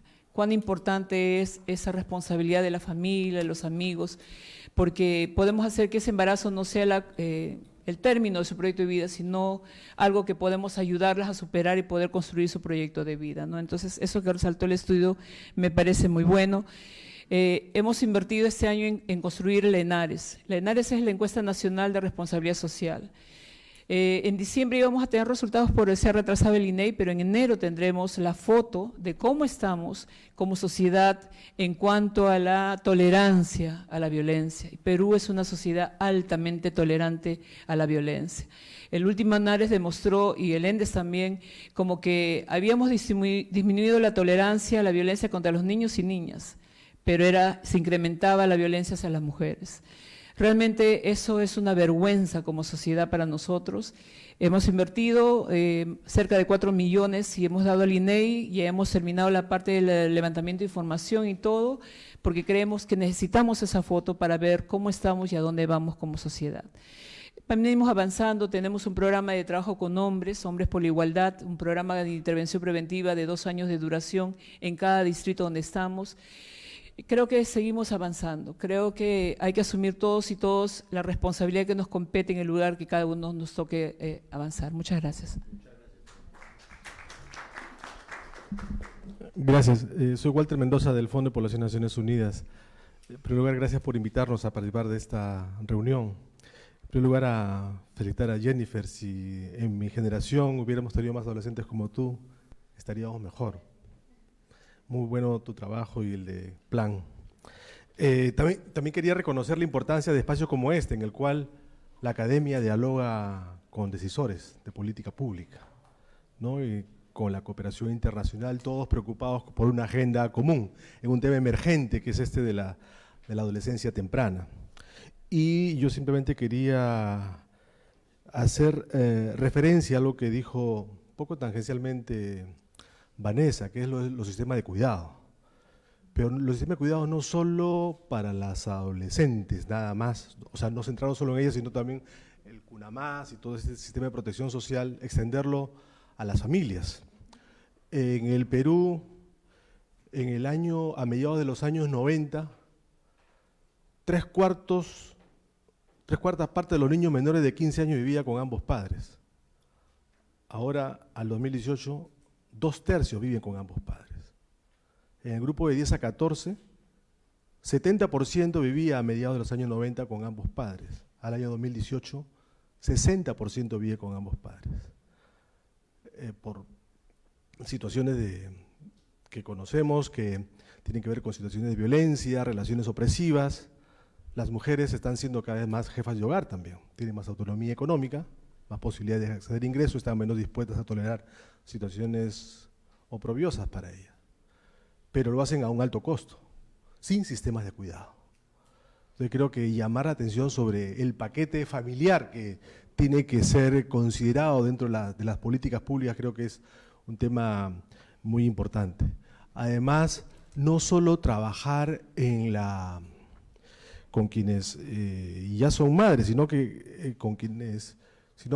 recordemos que entre las embarazadas adolescentes, aproximadamente 15% lo son por segunda vez. O sea, pasan por el servicio de salud en el primer embarazo y vuelven antes de los 2 años en 50% de casos aproximadamente.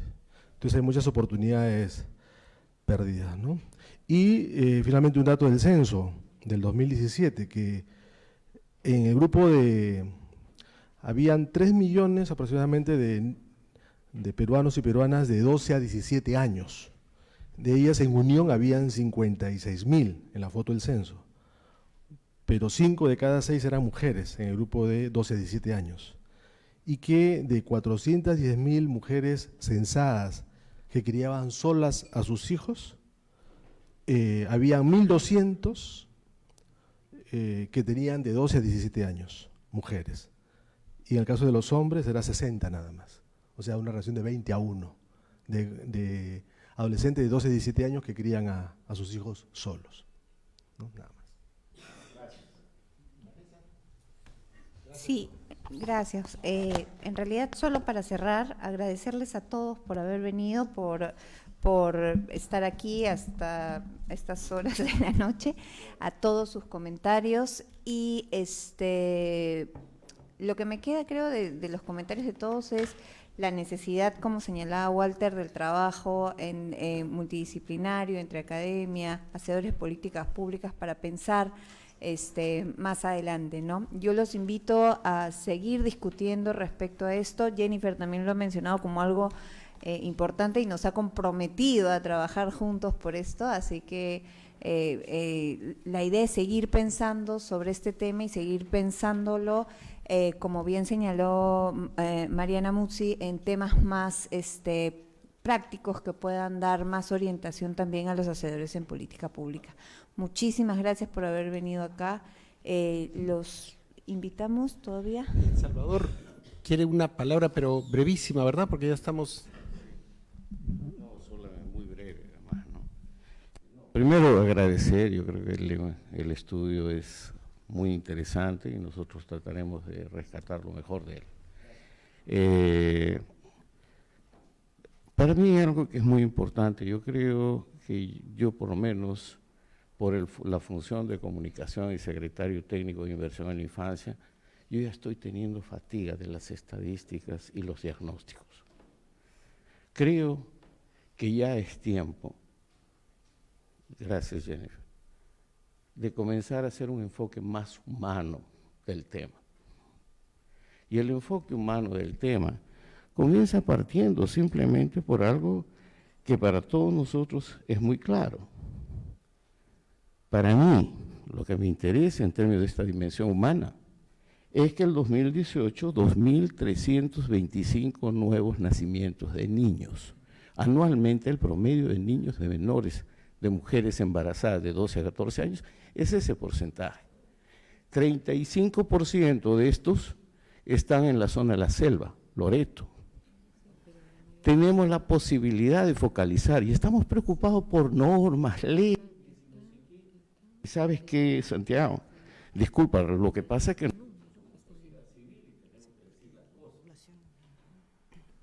el Estado, y bueno, qué buena la noticia que nos han dado que van a incrementar el presupuesto, pero el Ministerio de Salud solamente tiene 7 soles por cada mujer adolescente para atendimiento en prevención. Entonces, se van a autorizar 55.000 millones de soles más para atender a la infancia y la adolescencia, según lo que se ha anunciado, y nosotros estamos preocupados por la descentralización efectiva del presupuesto. ¿Cómo y en qué forma se va a dar para crear, funcionar estos mecanismos que desde lo local y desde la familia? Felicitaciones por el estudio. Gracias. Gracias, Salvador Herencia, y gracias a todos. Se ha hablado mucho de violencia. Quería sugerir que miren, este estudio va a estar en la página web. Todas las personas que nos acompañan, ¿o ya está? Mañana, primicia. Pero el viernes pasado presentamos un estudio sobre violencias contra las mujeres a cargo de Wilson Hernández. Está en la página web y lo pueden mirar. Yo creo que de varios sectores ha habido un llamado a continuar el debate y a tomar acciones, y por supuesto en GRADE siempre estaremos dispuestos no solo a seguir el debate, sino a hacer un centro también en el cual se fomente el diálogo y la generación de posiciones. Entonces los invito a continuar la conversación ahora en el hall. Se pueden tomar algo y comer algo y mirar el futuro con optimismo. Gracias.